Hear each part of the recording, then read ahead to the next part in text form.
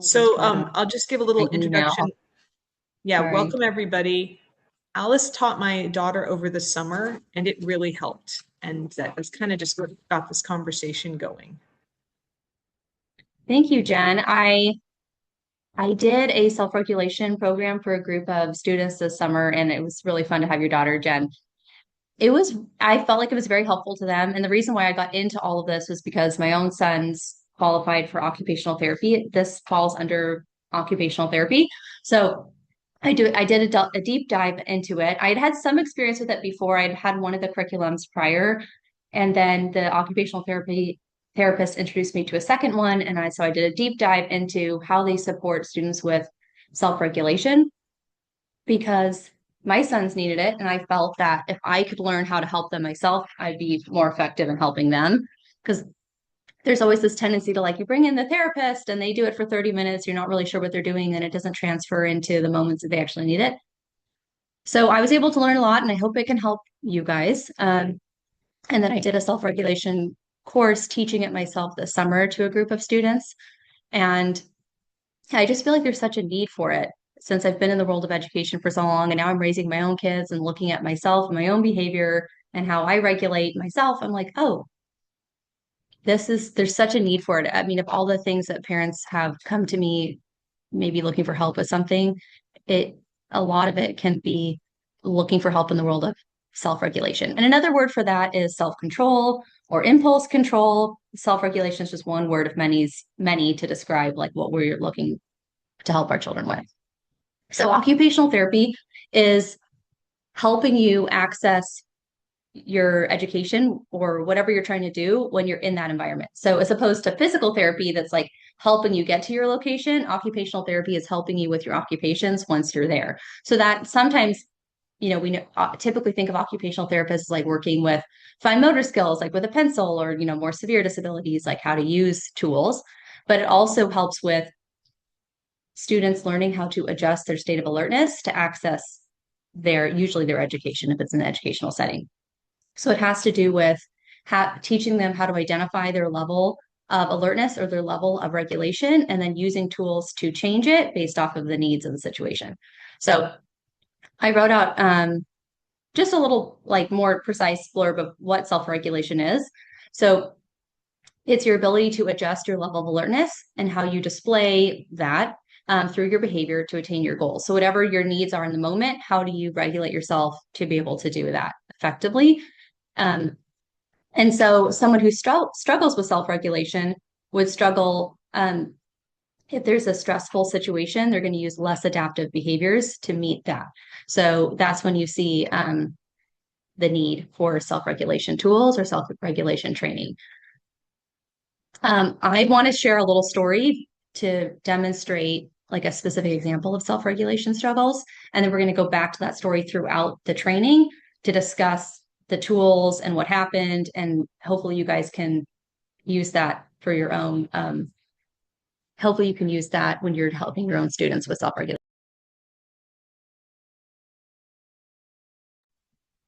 So when I had my first son and he really struggled with nursing. Of course, I was a first time mom, so I really wanted to breastfeed and he wouldn't latch. And so I like ended up like switching to formula, but then I was really disheartened because like my milk supply was dropping. So one day he was about 4 weeks old. I'm like, I'm going to learn how to pump. So he's like sitting in front of me. So I'm exhausted because he's up every 2 hours. He's not getting good feeds.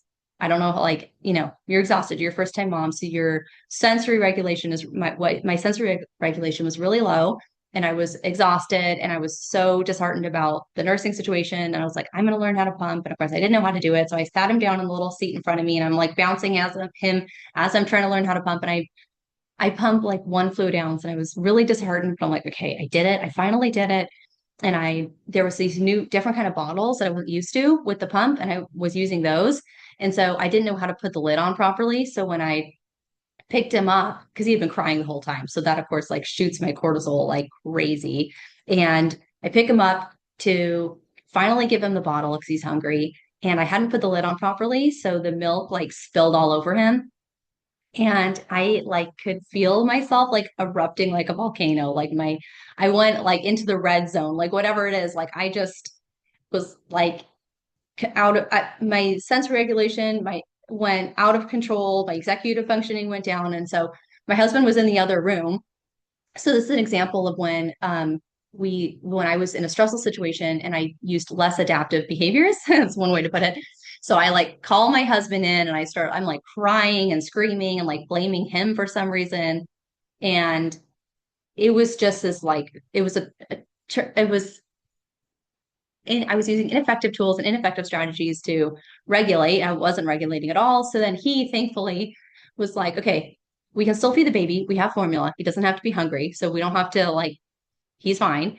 And he was like, go outside, eat a meal, call your mom. I'll take the baby and we're just going to take a break and we'll come back to this conversation later.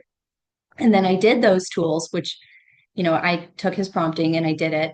And that helped me regulate using more adaptive strategies and like socially appropriate tools to emotionally regulate and self regulate.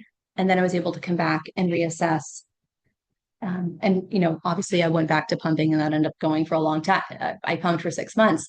But that's an example of a stressful situation where I used less adaptive tools and then that did not help me meet my needs or goals in that moment. And then I went and used more adaptive tools that helped me. And so we want to help our students with that or our children with that if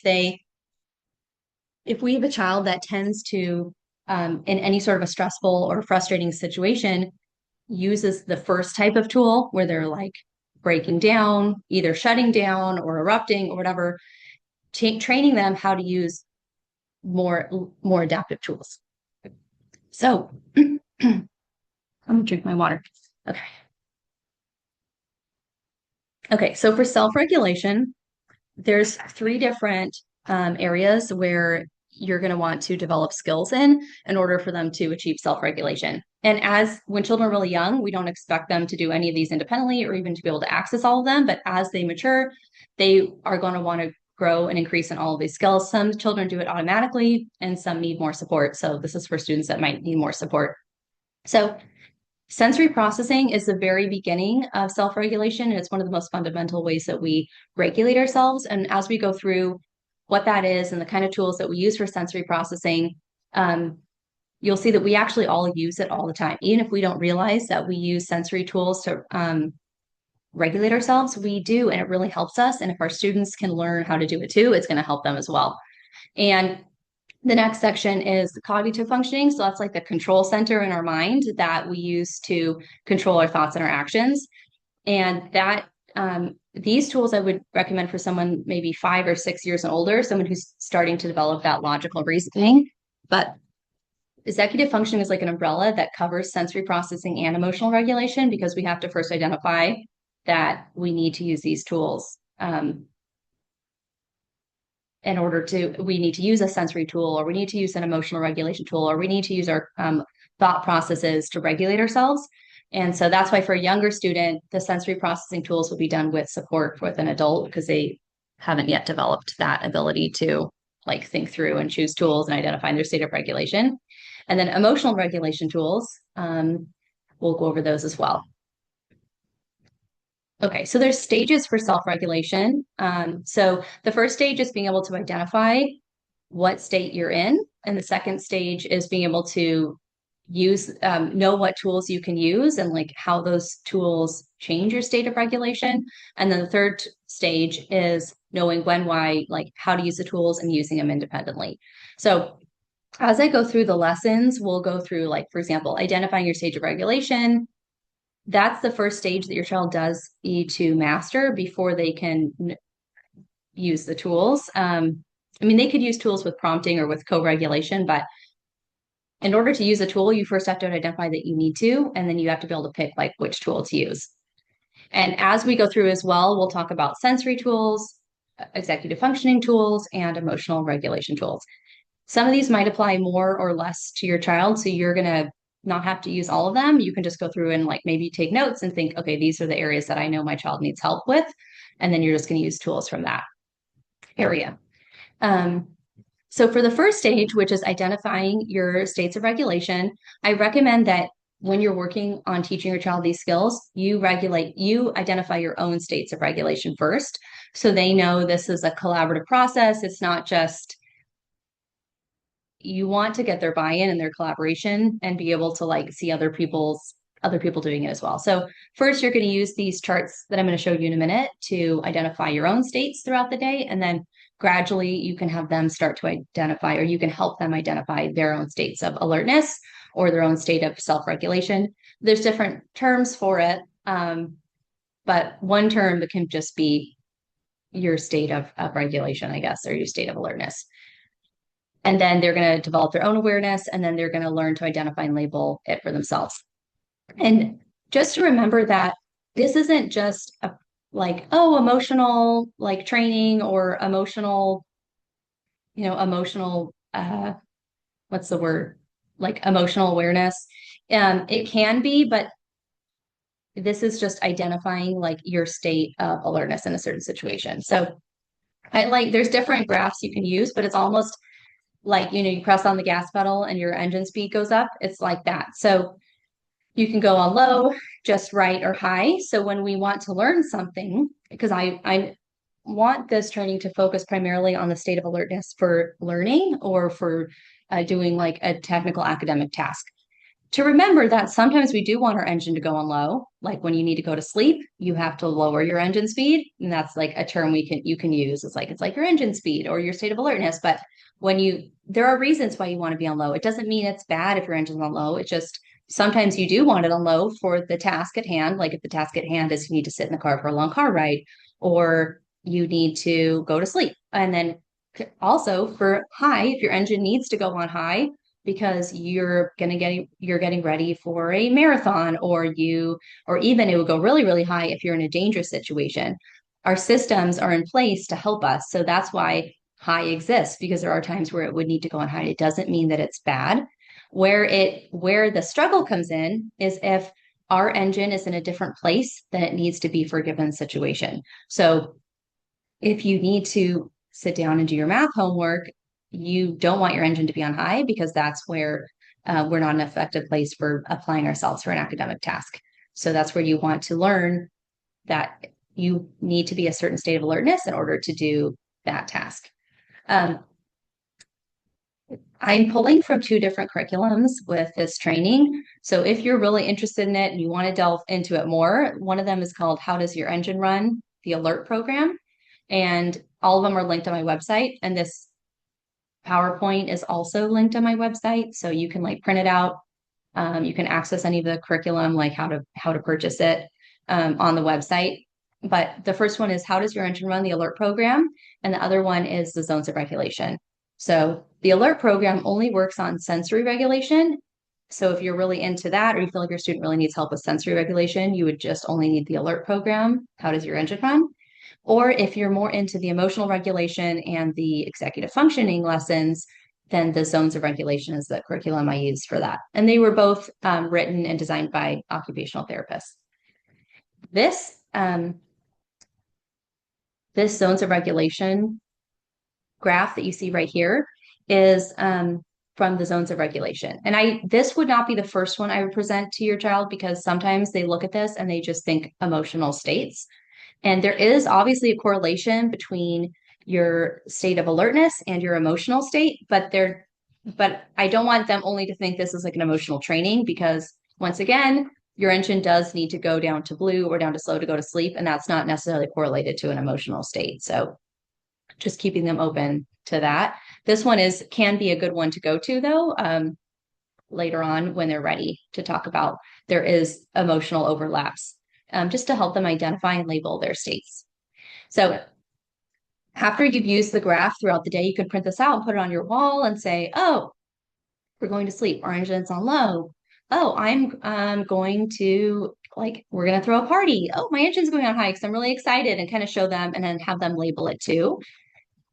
As they begin to get ready for label it for themselves, this can be a good graph or a good graphic to print out and have them label their zones across the day. So a filled out one would look like this. So they can see, now this one that's filled out is for is for someone like that's at school. You can fill it out any way you want based off of your life, but just have them notice throughout the day and have them label it like how their engine is changing. So a student that doesn't have any struggles with self-regulation or does effectively use their tools for self-regulation is going to see a graph that pretty much correlates to what you would expect throughout the day. Low in the morning, then they eat breakfast, they go to green, they get ready for PE, they go up to yellow, they might not go to red at all. Or they would only go to red when they're in like um, maybe they're on a roller coaster and they're in a really, really dangerous situation or something. But other than that, you might not see red. But if you have a child that really struggles with self-regulation, showing that like, oh, we're getting ready to go to school, our engine went up to red. And that's what happened at that time. And we're just labeling it for right now. As you go through with them how to use tools, then eventually you can say, oh, you tend to go to red every time it's red. You have to do your math homework, or every time you have to go to school. That's going to be difficult for you to do those tasks when you're in red. So we're going to use tools, and we're going to help you use tools to bring you down to green when you need to go to get ready to go to school, or you need to do your math homework or your chores or whatever it is. But for right now, in the first step, you just want to have them label and identify where they're at certain points. Um, okay. Um, so once you've done that, once they can label it, you're going to show them that there's tools that they can use to change their state of alertness in a certain situation. So there's sensory tools, executive functioning tools, and emotional regulation tools. So we're going to go through each of the different types. We're going to start with sensory regulation. So there's sensory regulation tools you can use to increase your engine speed or to decrease it. So these are some that you can use to alert yourself. So when you like you feel like your engine going really low, you need to alert. So I don't necessarily feel like I need to read through all of them, but if you just look at it really quickly, you can see, oh, you can use a movement tool, you can use a heavy work tool, an oral motor tool, or a sensory or visual tool. So any of these are helpful if you have a child that, like I see this sometimes they need to do their math homework and they're like asleep on the table, or they're like, you can tell by their body language, they're just like out of it or daydreaming. And they can pick a tool that is helpful to them to alert themselves. A quick 5-minute break for heavy movement is really, really effective. Or if they don't want to take a break and they just want to get started, sometimes it just chewing on a crunchy snack or just eating something like spicy or sour, or just even like a really, really cold glass of water with ice is like enough to like perk them up. And if you notice, a lot of us use these tools too when we need to alert ourselves. I know that for me, when I'm like, okay, I need to work on something like a difficult, like cognitive task. And even if it's not a preferred task for me, I'm like, oh, I will like turn on some music, or I'll drink an icy cold glass of water, or I'll do something to like alert myself. So we all use these tools all the time. If you see a student that isn't using the tool, it's probably helpful if they did. You're like, okay, I would have used a tool in a situation. I'm going to teach them how to use the tool. And you can go through them, and I'm going to put out a whole list in a minute, but it can be helpful for you in advance to figure out what tools are acceptable for your family or for your child to use, because not every tool works for every family. So write out like all the tools that you can accept, and then go through with them which ones they will use, that they want to use. So you find ones that you can agree on together, and then they're going to use those tools. And then there's like no issue, because sometimes you don't want them to pick a tool that it's not acceptable for your family. Yes. Okay. So there's also calming tools, sensory tools that can calm you.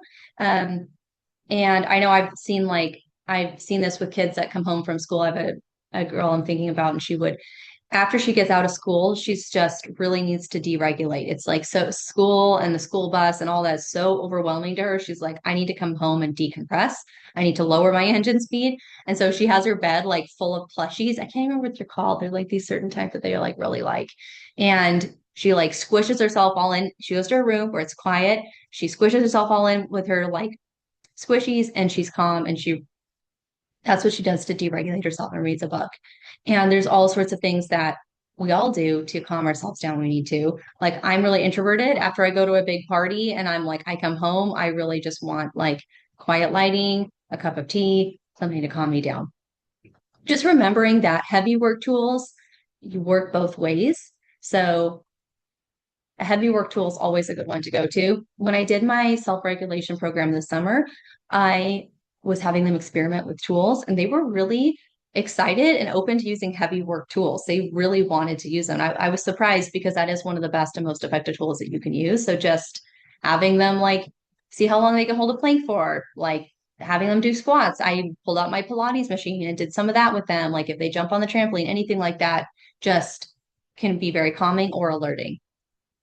Um, I'm not going to go through all of it, but you have access to this. I think it's a Google slide on my website, but you can go through and these are tools for oral motor, for movement, touch, look, and listen. And you can choose which of those you want for your child to use, and then they can go into that list that you've made and they can pick the tool. I mean, this is a fairly I think this includes most of the tools. There's so many. This next list, and this is the one for you guys to go through later if you want to, but this is just for you to start to assess for yourself your own what we call like a sensory diet. So what sort of sensory tools do you use? Because once you realize like we ourselves use a lot of sensory tools all the time, and there's ones that we prefer, it helps us get that buy-in to support our child. This isn't just like a crutch or some like woohoo like crazy idea. This is just how we regulate our bodies and we need to help our children do that. So not everything on this list is something your child would use or even be recommended, but it's just for you to develop a sense of your sensory diet, what you use to regulate yourself. um, and then there's like a whole questionnaire that you can access later if you want to. I won't get into all of it right now. um, the last of the sensory tools, if you have a child that isn't open to this conversation. Because I remember the very first day that I had my students over for the sensory regulation program, they like walked in and I could see it on their face. They were like not sure. I mean, some of them were just like, no way, because they thought, why are we going to Mrs. Wines class? Something with behavior. And they know like, I don't know, they were not into it. So what I did for the first day is I was like, oh, we're just gonna try out oral motor tools. And I like had the table like full of all the tools. Most of them are food. So like they loved that. And we're just gonna go through and we're just going to label the item and then we're just gonna say what kind of tool it is and talk about whether we think this would be alerting or calming. And then they were like, all of a sudden they were like, oh, we like this. We're open to this. And that's just very key because you want them to realize this is just giving them tools to help themselves. I like this lesson for a student that isn't open to it. So just have them go around the house with you and be like, let's find something sour, something sweet, like a pickle, and like an apple is sweet, something spicy like salsa. You get the idea. And then be like, we're going to try all of them and just say these are tools that we can use to alert or calm ourselves in certain situations. And they think it's really fun and you can get a buy-in because you need that first. If you don't get that, you can't do any of the lessons. Um, we're going to go to executive functioning tools. So, oh, I want to get back to my story about when I spilled the milk all over my baby. Well, what was a tool that my husband prompted me to use as opposed to like breaking down, screaming, blaming him, all of that? Oh, go outside. So that's a sensory tool because you're outside in the fresh air, in the sun. What else is a sensory tool? Eat something. He's like, eat some food. You need some protein. Like, get something from your meal train. What else? Talking to my mom is a emotional regulation tool. That's not a sensory tool. And then executive functioning is, well, he had to jump that in for me, but to say he was able to use that to say, this is where you're at and this is what you need to do. So just to know we all use those tools all the time with, even if we don't realize it. Okay. Executive functioning is, and I have a lot in this portion, but for an older child, sensory regulation, you're not going to be able to choose your sensory regulation tools if you can't determine that you need to use them and you can't effectively pick out which one to use. And in addition, sometimes sensory regulation isn't enough. We need to use more than that in certain situations. So what I put here is a list of all the things that a child might struggle with. If they struggle with executive functioning tools, you can identify if they need to work in this area, and then lessons and ideas and accommodations for each of the areas. If like, oh, they need to work on working memory, and then I give a bunch of lessons and tools and things they could use for that. So remember, we're still in the tools area, but the tool that they're going to need to use is based off of if they have a weakness in that area, do they need to work on the tools in that area? So if someone struggles with executive functioning, they might struggle with any of the areas listed here. Attention, working memory, self-talk, impulse control, motivation, planning, and flexible thinking. So we're going to go through each one. So if they don't need help in that area, you can just fast forward or tune out for a minute and then just come back when I get into an area that they do need help with. So if you have a child that struggles with planning, what you're going to see that they struggle with is like starting a task, or they struggle with problem solving. And so if a child struggles with those things, then what I would recommend is first of all, you want to externalize the process. So for a lot of us, if we don't struggle with this area, we do it all internally and it looks pretty automatic. But if your child isn't doing that, you need to make it external. So if it's the problem solving, like when you'll see that in academic tasks, they can't plan out how to solve that problem. I like just keeping a bunch of index cards or their journal or notebook out and having them just like write out all the steps to their problem. Just making external can help you work with them on how to solve it and how to plan solving it. Another way is, of course, if they struggle with organization. So somebody who struggles with planning might struggle with organization. We're going to talk about that more later. But just for an middle school kid, have an agenda, have a calendar, just have a chart out with all the steps that they need to do. So they don't have to work on that planning part all the time. They can use that chart on what the plan is to get the task done. But it does help them because what we practice is what we develop as a habit. So that's not just an accommodation, it is teaching them how to plan, but you're putting the steps in to teach them how to do it externally. Bullet journals are wonderful. I don't know if I'm just such a bullet. I'm not even a journal person. I'm not a list person, but when I use the bullet journal because it's that you can use visuals and graphics and it just helps with all of that planning. It helps with the planning tool if you want to use a bullet journal. Another thing that can happen if they struggle with planning is they might struggle with time management. So you're going to see this with if it takes forever for them to like clean their room or get their homework done, or they can't plan the time out. And with that, I would say don't give them just unlimited time. Just say, oh, you struggle with time? Well, you have all the time you need, because the whole point is that they don't know how to manage their time. So it doesn't really work to give unlimited. What I would say is just externalize time. So the key word to think for all of the executive things that they struggle with them is make them external.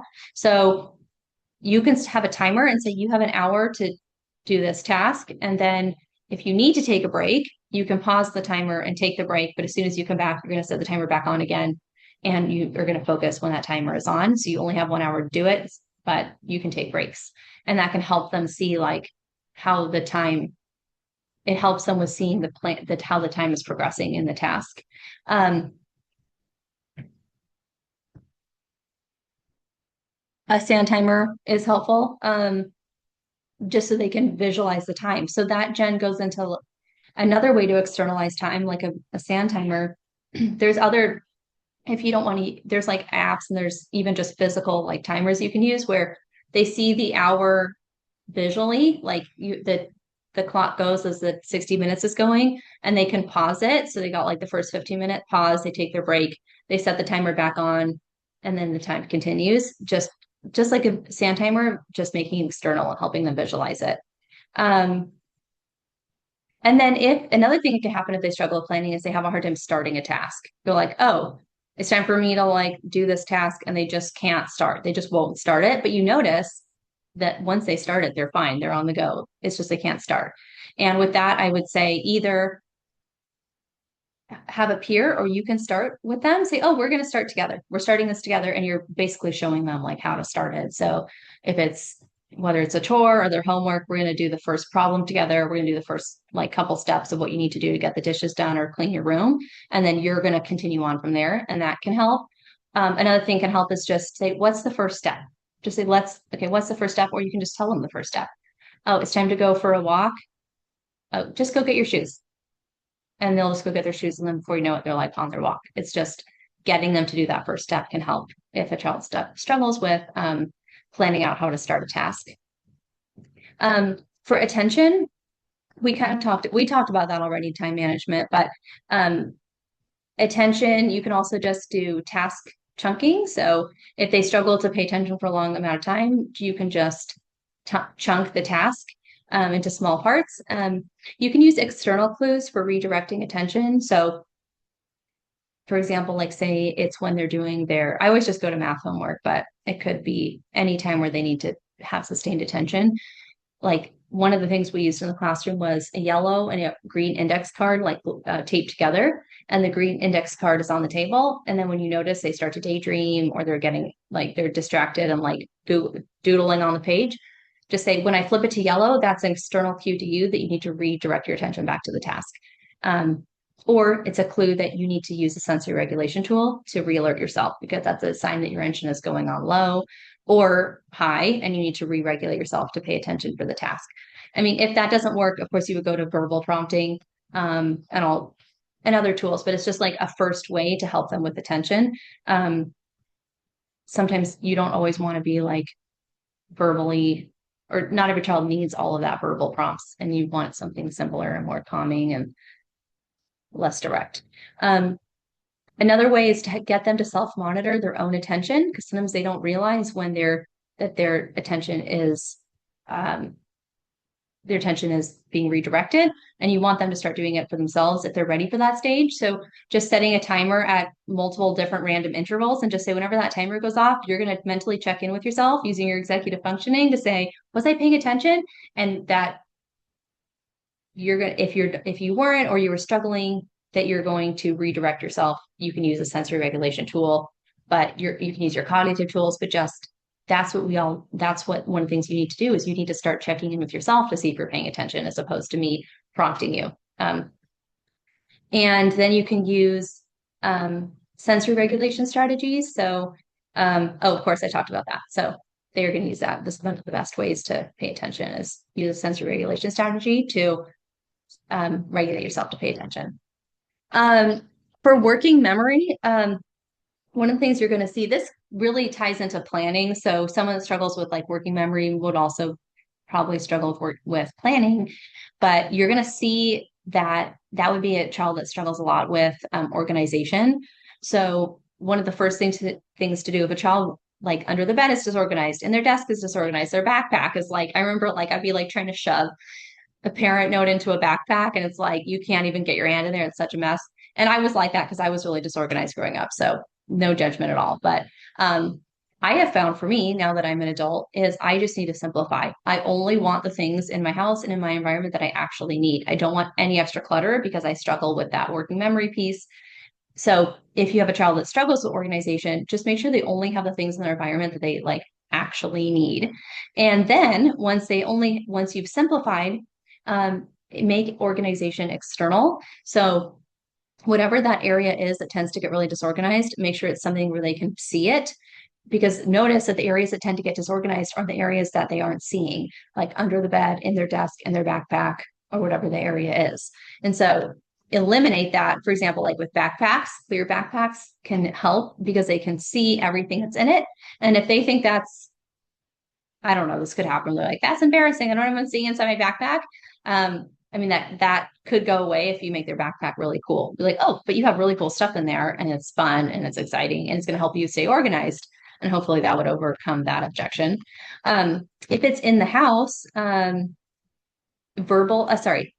storing everything in clear containers vertically can help with keeping them organized because they can see the whole picture, they can see all the pieces, and that helps them keep everything just organized. And a lot of the times, like most people don't like a mess. And if everything is messy, especially for someone that struggles with working memory, it is very stressful for them. And that's like goes into all the other problems, like difficulty starting a task. Well, if you struggle with planning and working memory and everything is a huge mess, you're like, well, of course I can't start because I can't even find the pieces I need to get started. So organization is key, and making it visual, making it external, and like clear containers, clear backpacks, make sure they can see everything, and simplifying everything can help. Okay. So another thing that can happen if a child struggles with executive functioning is impulse control. So that that basically what's happening is they're just impulsively acting out in a situation. So that could be emotional dysregulation, but a lot of it comes from just not taking the time to identify their state of regulation in a moment, and they just act out. So what I would say for impulse, if the child struggles with that, first going back to the beginning of those lessons where they're identifying their state of alertness. So just always working with them on just pausing and identifying where they're at, then can be enough to support them with not acting out impulsively. And then saying, if you do want to act out, like in that moment, doing that, emotional outburst or that like sensory outburst, let's pick another tool. So just going back to your tools, say what's a tool we've agreed upon that's appropriate in that for you to use that instead. And just always going back to this, what you practice is what becomes a habit. So as they continue to practice it, they will become more automatic and independent with using it. And it's okay at first to use a lot of prompting and support, because sometimes we just want our children to like, here's the tools, go and use them. But if they're not automatic and they haven't been in the habit of using those tools, they're really not going to. They're just kids. And at first, it might be a lot of you co-regulating, you really helping them use the tool. Continuing to monitor as you do that, are they starting to use them more independently? Because, of course, we want them to get to that point. A lot of the thing, so breathing strategies, taking a break, using a sensory regulation tool, emotional regulation strategies will work here if the reason why they're acting out impulsively is because of emotional dysregulation, and we'll get to that because that's the next part. And then another thing too, if they want to act out impulsively after they took a breath, have them do the size of the problem on whatever it was. Something happened that made them want to act out impulsively. Think, okay, let's just use our executive functioning. Let's think for a minute. What is the size of this problem? It just helps them be objective and put things in context, so they're not acting out beyond what would be appropriate for the situation. So once again, making everything external. So that's why it would be good if you like printed out something like this to say different problems have different sizes, and how you would determine the size is by the size of the solution to that problem. So you want to keep that in mind. So, and going through with them saying, okay, what would be a little problem? Like a little problem would be you like snagged your nail on something, or you got a mosquito bite. It is a problem, but like the solution is like doesn't include anybody else. You could do it yourself. Only takes 5 minutes or a second. That's a small problem. A really huge problem would be somebody gets into a car accident. And so if you have something that happens to you in the moment, you want to take a break and you want to evaluate the size of the problem so your response is appropriate to that. Okay. Okay, we're going executive functioning takes a while because there's a lot of components, but one of the big things that can happen is children get stuck in rigid thinking. So you want to work with them on flexible thinking. And the curriculum, there's actually a whole curriculum just for supporting students with flexible thinking. It's called Superflex curriculum. So I just used one part of it, but it is really important because rigid thinking is when we have a problem and we either only get stuck on the problem when we don't think about a solution, or we can only think of one solution to our problem and we can't be flexible thinking with multiple solutions. And it's really important that we can use our executive functioning, our cognitive functioning to think of multiple solutions so we can pick the best one, because sometimes our preferred solution to a problem isn't always available. Here, one second. Let me go on mute for a minute. My kid mutes me.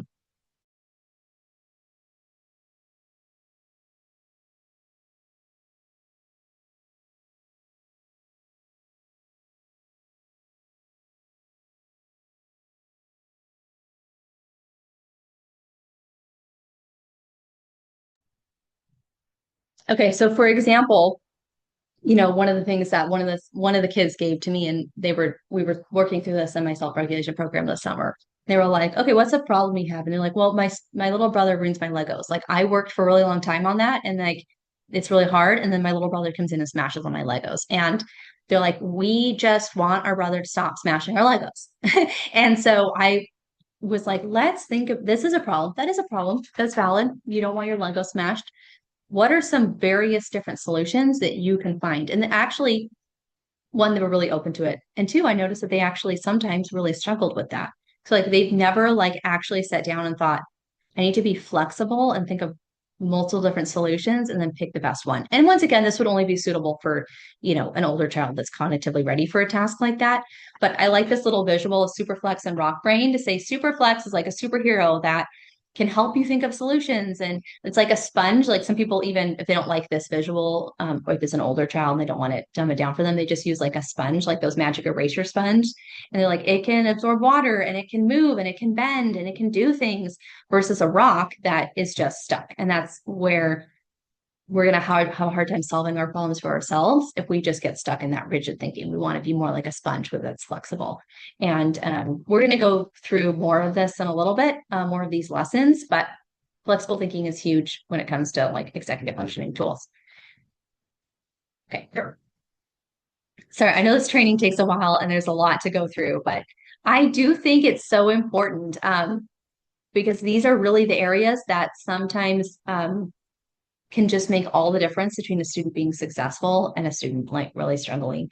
And there's so much research to support that if a student is more successful with their executive functioning tools, the more successful they're going to be in life. So it is important. Okay, so self-talk is also an important thing because we need to use like our metacognition to be able to work through our problems mentally. And if we are our own, like if we're critics of ourselves or we're stuck in that critic rigid thinking, then we're not going to be able to work through our problems. We want to think of ourselves as like, we want to have our inner talk be our inner coach. So this is you can print this out and do this with your child, but you're going to take one scenario and you're going to talk through it and fill this out as a coach and then do it again as a critic. And you're going to notice what are the differences in the outcomes and how that inner talk is going to go for you and how if you use your inner coach, you're going to have better outcomes. And if they're in that stage or you already did the Superflex Rock Brain curriculum, then you could say like the inner coach is like Superflex or like that sponge and the inner critic is like the Rock Brain. Here, 1 minute.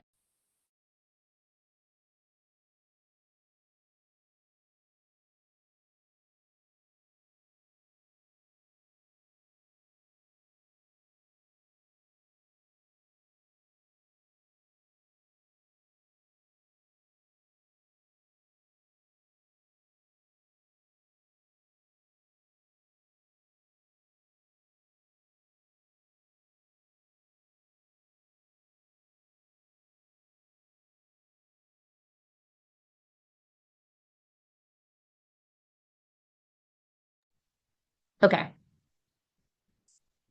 Alrighty. So then the last part of executive functioning is motivation.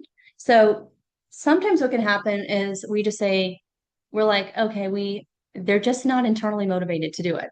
And so I want to talk a minute about that. So obviously, I'm thinking about myself as a teenager. I was so internally motivated when it came to anything to do with horse riding. I was like, those girls are like obsessed with horses. So it's like my mom was like, why can't you apply some of that motivation for your math or your reading? Because like if it was anything to do with I would, they got me, my parents were so good to me, but like my mom bought me a horse and a trailer and I would just get books out of the library and I would read and I would learn. I would like literally, you basically didn't have to give me anything. I would just be so internally motivated to learn. I just would. But when it came to something like learning Latin, I was just not there for it. And it was like pulling out teeth to have to learn it. So we're like, why can't we get our kids to be internally motivated? So one of the things you need to do is identify, sorry, I'm a little distracted. I'm helping my son, but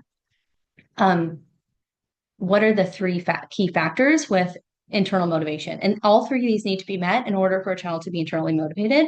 So if they aren't, you can try to pinpoint which one of these is missing and help and see like is this something we can fix?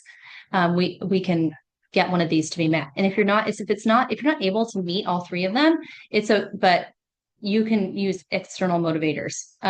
So just going through it, You have to believe that it's your job. It's believe that you're capable of performing the job and believe that the job is meaningful and important. So if you look at like, the when I'm doing the dishes or cleaning my house, and you're like, oh, she is internally motivated to do that. Maybe, Alice doesn't, I don't love cleaning my house. So like what makes her internally motivated to do it? She doesn't even like cleaning. And it's because I think it's my job to do it. I believe I'm capable of doing it. And I think it's important because I don't want my house to be a mess. So no one has to force me to do it. No one has to tell me to do it. I'm just going to do it. So that's, those are the, even if it's not something you love, like horse riding, sometimes we're still internally motivated to do like things we don't want to do. So for example, sorry, 1 second. I'm gonna just take 1 second break. Okay, while we're taking a second break, just think for yourself. What are the things your child is either motivated or not motivated to do, and um, which of these things might be missing, or why they're there.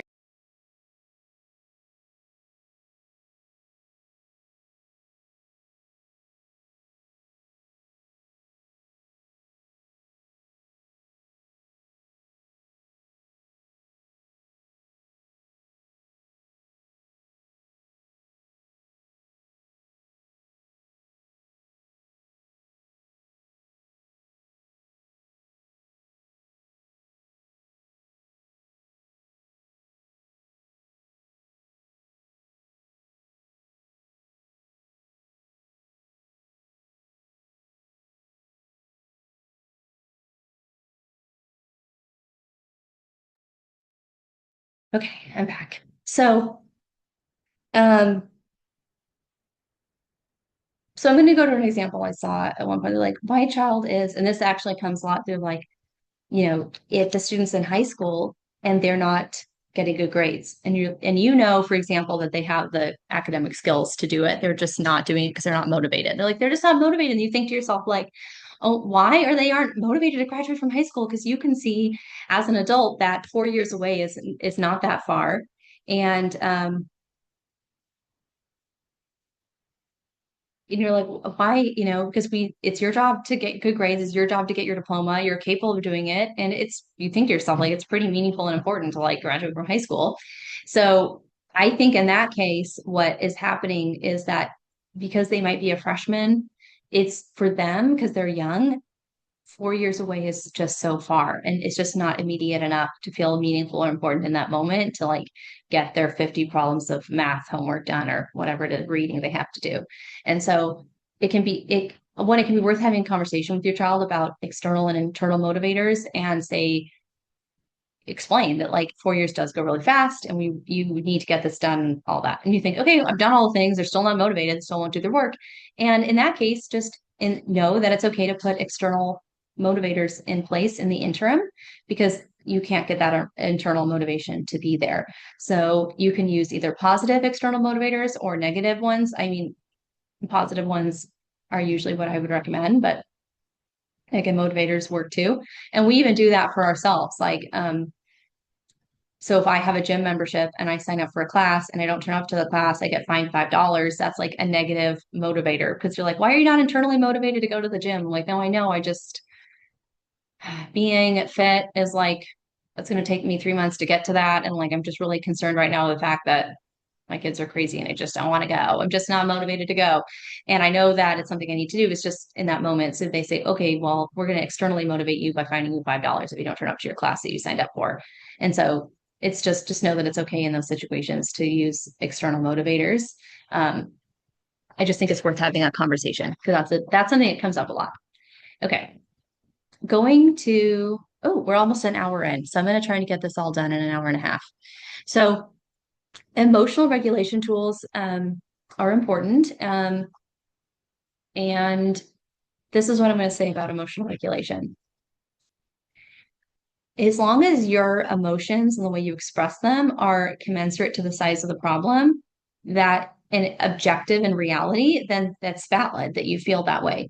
So there's sometimes, and this is just my opinion, I've heard this sometimes people say like all emotions are valid and then you can just take it or leave it. I just think maybe that is not true because if your emotional reaction to something is not commensurate with the reality of the situation that happened, then it would be, at the very least, it would be better if you were objective, or that emotional response was commensurate to the size of the problem. So, when I think about going back to that child of that time when I spilled milk all over my baby, my emotional reaction was kind of the same as like my mom got into a car accident. I was just like, whoa, like it was a volcano. But really, like if you think about it, okay, the baby's still gonna get fed. You learned how to pump, so that's good. And like you can take a break. Your husband's there to help you. Like um uh it's not, I do think it actually can help us because it is helpful to be able to regulate our emotions. We don't want to go through that emotional turmoil if it's not even objective in the reality of the situation. So that's what I'll say about emotional regulation. The other thing is, even if our emotional response to something is commensurate with the, the situation at hand, you do want to be aware of other people's perceptions and reactions to that emotion that you're displaying. And that is fair because we all live in a community with each other. We're not just individuals on our own operating like solely in a bubble. And this is important when it comes to like peer friendships and social dynamics, because, and we'll get into this in a minute, but we all live kind of in this loop with each other, and we do affect each other, and we do expect things from each other. So, like, for example, if you had an emotional response to something, but no one was around and you were at home alone in your house and you had this like emotional response, then you wouldn't have to regulate it as much as you might have to if other people were in the house with you, or if you're like a mom in a house with kids. I often have to regulate my emotions, even if they're like totally valid and commensurate with the problem at hand. I might still take a minute to display them in a way that is um, going to be uh, conscious of the fact that I have kids in the house with me. But if the kids weren't in the house with me, I wouldn't have to be as aware or think about that as much. So that's what most of the emotional regulation tools are going to be aware of and thinking of. So I'm trying to think, how did I go through this? Yeah, we're going to just keep on this for a minute. So when you go through emotional regulation, of course, identification is the first step. Identifying your emotional response to something. And then I like to do a lesson on expected versus unexpected behavior. And you can do this with your child too, is to just say that people have expectations of you and you have expectations of other people. So starting it the outlooking way first. So just say, okay, so like say the student's name is Isaiah. Isaiah, like when you go into your math class, do you expect something from your teacher? Like, what do you expect from her? Well, you expect her to look you in the eye. You expect her to be prepared with the lesson. You expect her to smile. You expect her to say, "Hi, Isaiah." And when you have this conversation with him, he's going to say, "Yeah, I do expect those things from her." And when she doesn't do those things, if I could walk into the class and she's crying or yelling, I would not expect that. So it's an unexpected behavior. And that's just a way to get them to start in on that idea of looking at other people's perspectives. And that's the first lesson I would do for that. Um, okay. And going to this light blue one called confused thoughts or okay thoughts, and to say that when people display expected behaviors, then people are going to have okay thoughts about it. So when you walk into that classroom, Isaiah, and the teacher looks you in the eye and gives you your math assignment and says, "Hi," you have okay thoughts. You feel okay about it. And when she's yelling and screaming and crying, you start to feel confused. And I like that term confused, especially with children that struggle with the inner coach versus inner critic thinking, because you don't want them to think that everyone is thinking bad thoughts about them all the time every time they do something that is unexpected. Because sometimes we might display an emotional response that isn't socially appropriate, but it's just because we didn't know in that moment what was the appropriate thing to do. And it doesn't mean everybody automatically thinks bad things about us. And this actually has helped me a lot because I tend to be a little bit more melancholic. And even if I like display a behavior that's not, I'm not a socially savvy, or I do something socially awkward, it was helpful to me to say, okay, if I do something that's not like socially appropriate in the moment, people are not going to automatically go to thinking bad things about me. They're just going to feel confused. And then you can just sort of like get with the flow of it and figure out what the right thing to do. And their thoughts go back to okay. Um, and you can change and based off of that. And why should we care? Why should we care what people are thinking? Well, because you can affect their emotional state. So going back to that story about Isaiah walking into the class, and that's just a fake name.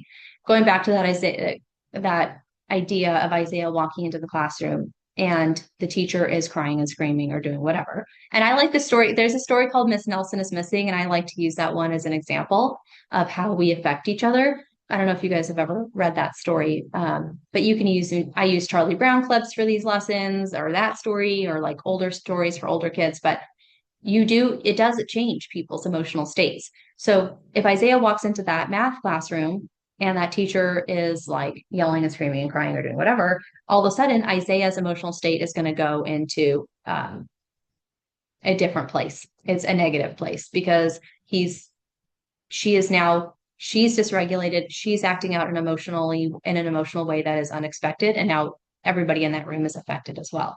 And that's helping them develop that sense of that awareness that their emotional state affects other people's emotional states. And then of course you want to teach them how to use, if they find that their emotional regulation is is in a place where it's not appropriate for the task, then they can use sensory regulation strategies or flexible thinking to go back to an appropriate emotional regulation state for learning. So scrolling down, one of the things that would be helpful is just going back to the size of the problem. I always like to make things external. So I really encourage like printing it out or showing it to them digitally. I'm just not a fan of digital tools really, but and just saying, okay, just if we're having if our emotional regulation is got to a place where we're very dysregulated and we're really upset about something, just checking in with ourselves just to see, is this objective? So we're upset about a problem that happened. What is the size of that problem? And just remember, we do this too as adults. Maybe we do it automatically, but sometimes when I'm really upset about something, even something with my kids, I do check in with myself about this. I'm like, okay, y'all, let's just take a minute, breathe. What is really the size of this problem? And I identify that, and it does help me with my emotional regulation, keeping it objective. And you want your child to start doing that too. This is a lesson. This is a worksheet going back to that expected versus unexpected behaviors. And these are good for younger students because they're just graphic organizers and they have the word banks and everything built in. So this is a younger child one, but just saying, when you're in this zone, so you can use blue, green, yellow, or red. So blue being low engine speed or like sad. If you're doing emotional regulation, you go to emotion. So blue being down or sad, green being ready to learn, yellow being excited, and red being in a state of danger, feeling or angry. You're in that situation. You're in that zone in this situation. And if you have an expected behavior, people are going to have thoughts or feelings about that behavior. So other people will feel this way when you're doing an expected behavior. And then that's going to cause people to think these thoughts like that child's doing okay, that child's doing well. And so no matter what state zone you're in, there is an expected behavior for that zone. So it's not like it's always bad to be in the yellow zone. So like, let's say you're in the yellow zone before the birthday party and you're going to show expected behaviors like smiling and laughing and running around and being excited because you are in the yellow zone because it's a birthday party and you are excited and people expect that from you and they feel happy and comfortable when you act that way. And that's what the thoughts people are going to have.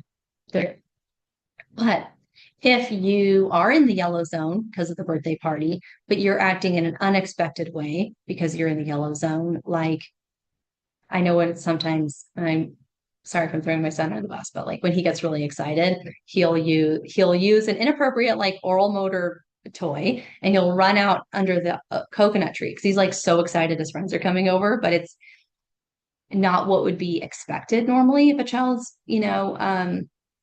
excited. And so of course I wouldn't use this with him because he's really young, but and it would never be in a negative way, just to say, okay, people are not going to be, when your friends come over and you're not there and you're underneath what he calls it the coconut tree, it's the avocado tree, and you're hiding under the avocado tree, they might feel like confused, like, where's our friend? And so and then just go back to talk about what you could do instead to show your excitement or, regulate in that moment. For an older child that struggles with this, and remember, all the emotional regulation tools really help with social skills and social awareness too, because that is one of the big components of emotional regulation. So just saying the doer, does, you can talk with them through it. This is only for older children, maybe that struggle with social awareness or social perceptions or how their emotional responses are affecting their peers, and say, when you display this behavior, they have thoughts about it, they react to it, and then they react to you, and then you have feelings about that reaction. And so we're all in this loop with each other. And that can be sometimes what happens when a child is in, gets a reputation for something. You think about a kid that has that reputation, it's like, oh, well, this is why, and this is how people are perceiving these actions, and that you can actually change it and make that into a positive loop instead. And putting that power back in their hands to change those cycles, that they can do it for themselves. They're not just stuck in that. And this is, it's called social behavior mapping. I guess the new term is social situation mapping. I like that term better. Just to go through various different situations and say, this is a situation, these are the people involved. If you display these expected behaviors, these are going to be this is the chain reaction. And if it's an unexpected behavior, even given that same situation, this is going to be the chain reaction.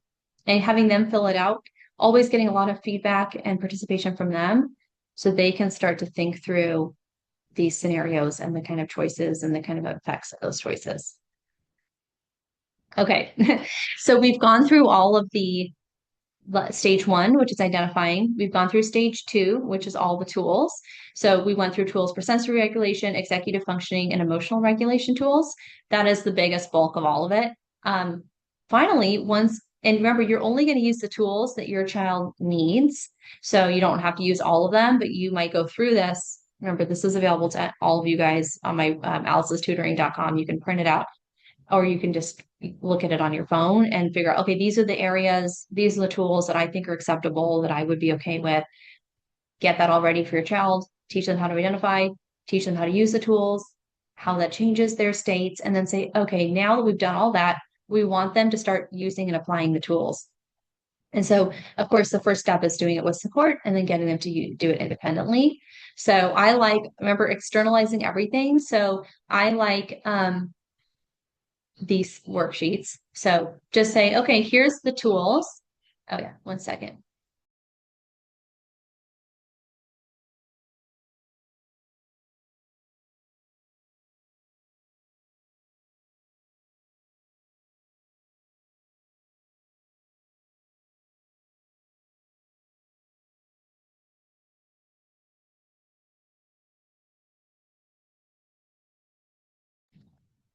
Okay.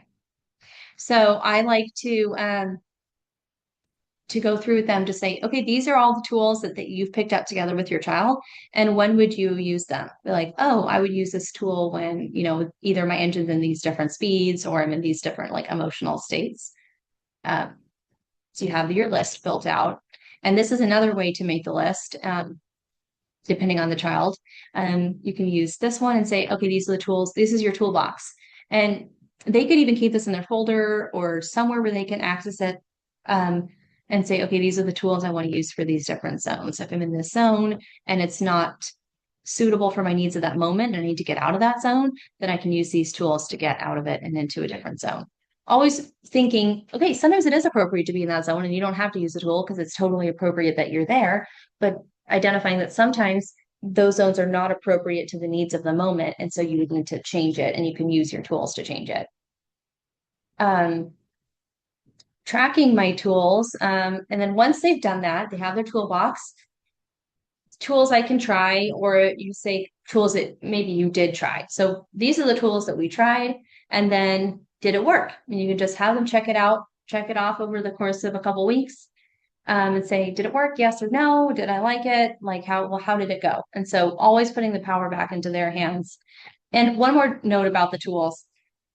The tools are there to help them change their engine speed or to change their level of alertness or whatever emotional regulation. That's what the tools are for.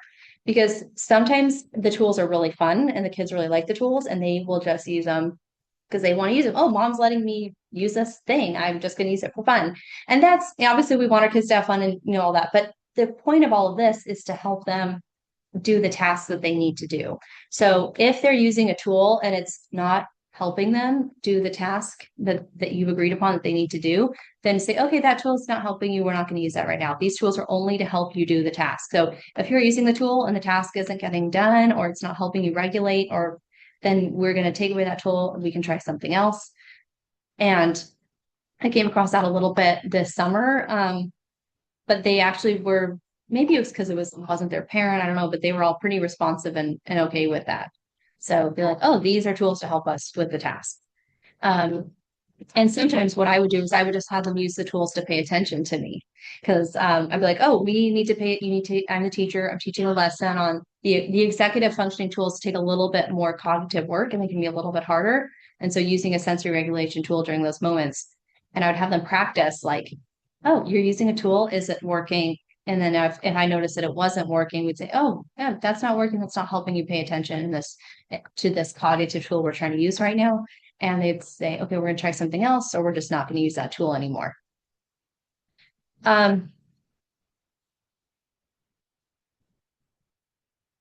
Okay, this is the solution finder worksheet. So think about a situation you had or anticipate having and a difficult time stopping and staying regulated. So you want them to stop before they get into the red zone. So when you start to feel dysregulated, when you're yellow in the yellow zone or in the yellow part of the speedometer, that's when you're going to need to stop and use a tool. Because once we go to state of high dysregulation, when we're red, it's our critical thinking shuts down. So it's going to be really hard to identify and use a tool. And that's not the appropriate place to do it. So you really want your children to start to identify when they're starting to get dysregulated, when the trigger is there, when the situation's occurring, and use a tool right away and not wait until they're the volcano. Because at that point, once your child goes into what I call the volcano stage, the only thing to do is to prompt them and co-regulate with them and like keep them safe and make them take a break until they go back down to yellow. So that goes to this stage, which is I just like this visual to show where you want to stop. So this is and also this is what it actually kind of feels like in your body too. So when you go back to like when I spilled the milk all over the baby, you're in the green zone, you're like, okay, we're pumping. And then the baby's like starting to cry as I'm pumping and I'm like getting more and more dysregulated. And then really at that point, it probably would have been better for me because the reason why I didn't put the bottle properly, put the cap on the bottle properly is because I was so dysregulated, upset about the baby crying and I'm nervous about pumping and I'm like, I didn't get enough sleep. And so it probably would have been better as I became more and more dysregulated to get my husband, either to get my husband say, okay, I'm trying to pump. I can't pump when the baby's crying. I can't focus. Can you stop and help me? Or to just stop pumping, like say you didn't have anyone there to help you and just say, I'm just going to feed the baby the formula first. So they're not hungry and crying the whole time I'm pumping. And I'm going to pump when they're napping. So I can really not do that task when I'm so dysregulated as opposed to trying to like push through and white knuckle it. Because really that's not going to work. Okay.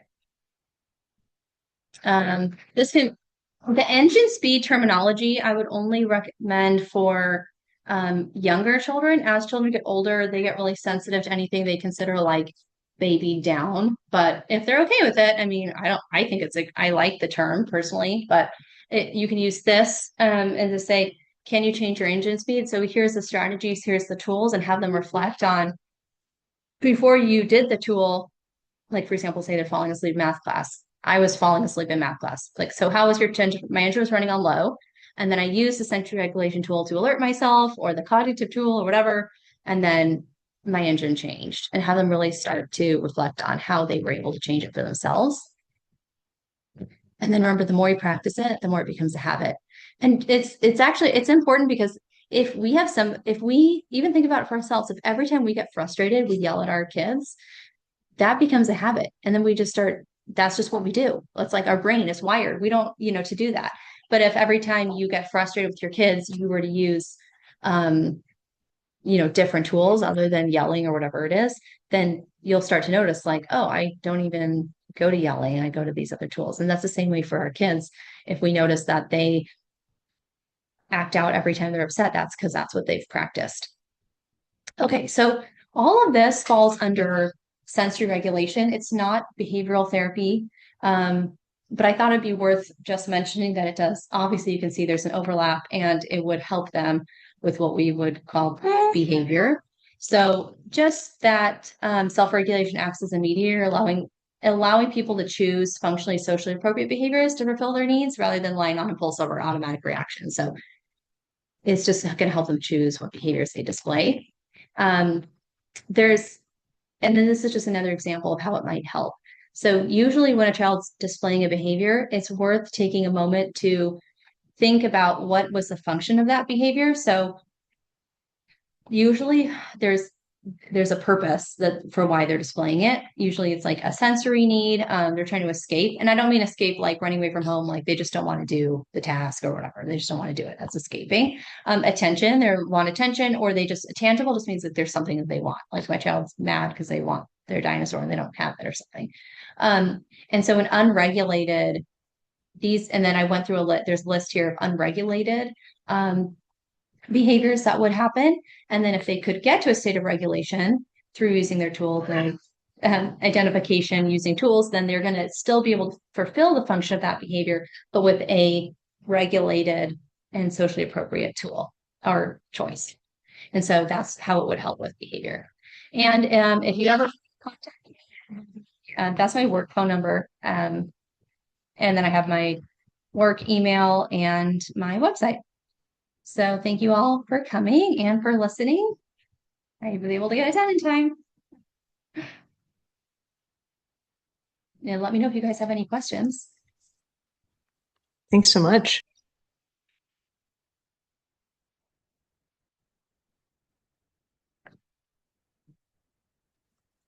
It's definitely giving me a lot to think about. And I think my main question listening would be if you have, say, theoretically, a 12-year-old who might be a little resistant, and you're the mom, not the teacher, would you have specific scripts for introducing some of these terms in a very natural way? Or would you just, as a mom, say, make a game plan to start incorporating this language over the course of, say, a month into your normal way of talking and like talk about yourself first, like to model it? Because like a 12-year-old, my experience, can be pretty resistant to mom doing a thing. Yeah, yeah. I mean, either of those would work. I think if just going to once they get to that age, I think they want everything to be super honest and like very factual and technical and like they don't want anyone playing games or babying things down or they're very I remember when I was 12, I was very sensitive to like manipulation or what not that you are. I mean, mothers never do that. I just mean they get all these ideas in their head. Their mom's trying to make them do something. So I would just say um, once again, identifying what their goals and needs are. So say, okay, like, say it's their math, they don't want to do it, like, or whatever the task is, like just if it was math, say, well, we need to get our math done. Can't like, what would happen if like you never did your math? Like at some point, like you're gonna want to graduate from high school or at least like, you can even like just really carry on and say, well, you at least want to get a GED, even if you're in your head, you think like, obviously we're not going to go for that, but just kind of have this conversation with them. And then sort of say, okay, oh, sorry, my babysitter's gone. I think she's getting a little sleepy. Okay, where was I? And then say in order to get these tasks done, like even I have to use tools to do things that I don't want to do. And you see me doing things like I have to whack all the weeds around my house. Like I'd probably prefer to be, reading, but I have to do this task and I'm internally motivated to do it. And I use tools to help me do it. And you can use tools to do these tasks you don't want to do too. And just like be really blunt about it. I don't know if that would Yeah, help or no, not. I think they're right. That honesty, you're right. They don't want to feel like it's being done to them, but Yeah. if there's honesty and it's more collaborative, yeah. Yeah. So we can Would you mind saying I had to be, this is Therese, and thank you for that class. Oh, thank Would, you. would you mind saying one more time the three things needed for motivation? They Yes. need to So, be, yeah, go ahead. mhm. So you have to believe it's your job to do it. You have to believe you're capable of doing it, and you have to believe that it's important or meaningful in some way. So, like, if I think about like returning the shopping cart like, in the parking lot, because I like to go through this example with things that we don't like to do, because obviously it's pretty obvious internally motivated things we want to do, but we can be internally motivated to do things we don't even want to do. Like my kids are screaming, it's a hot day, and I have to return the shopping cart, and I do it anyway, and I'm internally motivated to do it. And it's because all three of those things are met. Because I think it's important that shopping carts are put away. I think that um, even if it's hard or difficult, I think it's my job to do it. That was my cart that I used. I'm not gonna. You won't see me running around the parking lot returning everybody else's cart that was left out because I don't think it's my job to return other people's shopping carts. I only think it's my job to return my own shopping cart. And I know I'm capable of doing it. If I wasn't capable, I think about this a lot with reading, kids that have, and I am actually become a lot more careful with this term, but just for the sake of this conversation, like, kids that have dyslexia or, even if we don't agree with that term, just like something, just something like that. They have a Yeah. learning disability and people will, parents will come to me and say, they're just not motivated to read. And why are they not motivated to read? And it's like, well, actually, they don't believe they're capable of it. They know it's important to read. Of course, they love when parents read aloud to them. Like they go to sleep, like wishing they could read. Um, but they're not capable of the technical task. And so usually it's just that one of those key pillars is missing. Yeah, that makes sense. Um, and I'm sorry if you said this again. I was helping a kid with math, so I was kind of in and out. But I get a lot with math the refusal to believe it's important, and I could get on a long philosophical discussion, which I enjoy doing, about why it's important. But um, yeah, it would then we spend a lot of math time talking about that, or we get in a fight over it because they still don't really feel like it's important. And these are kids who can do the math. It's not. I don't think it's beyond their capabilities. Any short things that you have found work to, I don't know, Yeah. So kind of break through a little bit, just a simple thing that, like, oh, okay, yeah, this makes sense. I'll suck it up and do this thing I hate. I yeah. wish there was something like that for everything, but yeah. Yeah. I mean, I think about, okay, I'm going to have a lot. So I'm trying to make it short, but I do have a lot of thoughts. Let me just go through. So I think about, I didn't like math. I was terrible at math. I was homeschooled with Maj and I just was terrible at math. And I was not internally motivated to do it because I didn't really understand it. I was just memorizing a bunch of stuff. Yeah. So, I mean, I would just, because I was like a fairly like well-behaved kid or whatever, I would just put external motivators in for myself. Just say, I'm just going to do this for an hour and then I get to go ride my horse. And I would just force myself through it. So that's an example of myself giving myself an external motivator. And you can put that in for your child too. So if you can't get the internal motivation to be there, it's to say, I'm not saying it's not possible for math. I think it is, but just getting that out of the way first. If there is a situation where you cannot get that internal motivation to be there for your child, it's okay to use external motivators, either negative or positive. For math, I would say, why is math, and you are obviously you have your own philosophical ideas about it, and I would be interested to hear, but why should we be internally motivated to do math? Well, math is actually, I mean, if you can approach it a certain way, it is like a really interesting topic. It's visual, it's creative, it's understandable, it's a beautiful subject, and I love to teach it that way when I can. I'm not always able to, but if they see it that way, then of course they're going to see that math is beautiful and meaningful. But sometimes they can't. It's just sometimes it's just like not going to happen.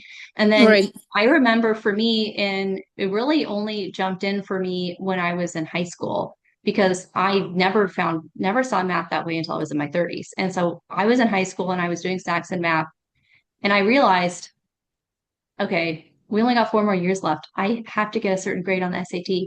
I have to get a certain GPA. I need to get out of this house. Sorry, I love my parents, as I have explained before, but whatever. I was a high schooler. And so I thought to myself, like, I have to get out of my parents' house. I have to get out of here. The only way to do that is to graduate from college, from high school. And Yeah. so that Yeah. motivated me. And so I'm not saying that's the best way, because I actually do think math is actually like intrinsically a beautiful subject, but I didn't see that at the time, but I was still able to be internally motivated because I realized that not, I did never saw that math itself was meaningful, but I was able to see that that was the tool I needed to achieve to get out of my parents' house. Yeah. That makes sense. Sorry, I don't know, like sorry, that was kind of a negative story. I didn't mean for it to go that route, but No, no, you know what? I loved my parents. I was just a high schooler. No, it's a good answer actually. My daughter's in almost a very similar boat. She's doing mod. She has not wanted to do math. Until basically this year. She's become, but first, she hasn't told me it's because she wants to get out of the house, but I know she wants to go to college, and Yeah. she's starting to become alarmed because she's like, "Gosh, I feel like I need to do this, and it's not coming to me." So she's now become willing to actually put in the time that she just couldn't bring herself to put in before. Mhm. And so it's actually very consoling. Yeah, I was just trying to give you like Yeah. a really honest Yeah, answer. Like no, I had it no was really good. agenda with that answer. It was just like my most honest answer, and it hopefully it Yeah. was okay that I said No, that. I think it was the Holy Spirit. No, it was good. Well, all right. Thank you. Thanks. And you do math tutoring, right? I do Uh-huh. math tutoring. Okay. I have, yeah, I found this math, this lady called Jo Bowler, and she takes all of the core subjects from each subject. Sorry, the core standards from each subject, or the core objectives, like whatever they are. Yeah. And then she teaches it visually, so that the children have to do all of the Oh, concepts like through projects and through like real world examples, and they have to like really like actually explore everything, all the yeah. standards. It really, I do it over the summer. Um, Oh, that's and awesome. she'll, All right. yeah, Um, it's pretty amazing. Yeah. well, you may find my daughter in your class. Oh, do you Right. live in the area? I do. We live in Ojai. So, Oh, cool. yeah. Oh, Um, well, I great. We will. should, what's your last name? Obaji. Oh, It used to be Grimm. And are you married to a malign? Or I am. you are? Yep. Okay. Sorry. Oh, actually, yeah, my name on here is Bolger. That's my It's maiden Bulger. name. That's I okay. married. It's so confusing. So, all right. I know Oh. Roisin Bulger. Um, Hmm. and then anyway, but yeah, I used to homeschool with the Malines back in the Oh, wonderful. Yeah. so, yeah. I'm so lucky to be married into that family. You got a good And one. I feel so blessed to be part of this community, like this Catholic homeschooling, like, or even private school, like all just Santa Paula and Ojai and Ventura County. Um, just, I just feel so overwhelmed with gratefulness for all of you guys and how nice everyone's been to me. Well, I'm glad I managed to tune into this class because I've just been thinking especially with my oldest daughter who now really is more interested in doing things that I would like to help her along. And yeah, anyway, sounds very, Mhm. it's providential. So No, thank thank you. you. Thank you for coming Thank you in. again. Yeah, great. Okay, awesome. I'll stop the recording. Yes. And anybody can reach out to Alice and we'll post this all the places. All right.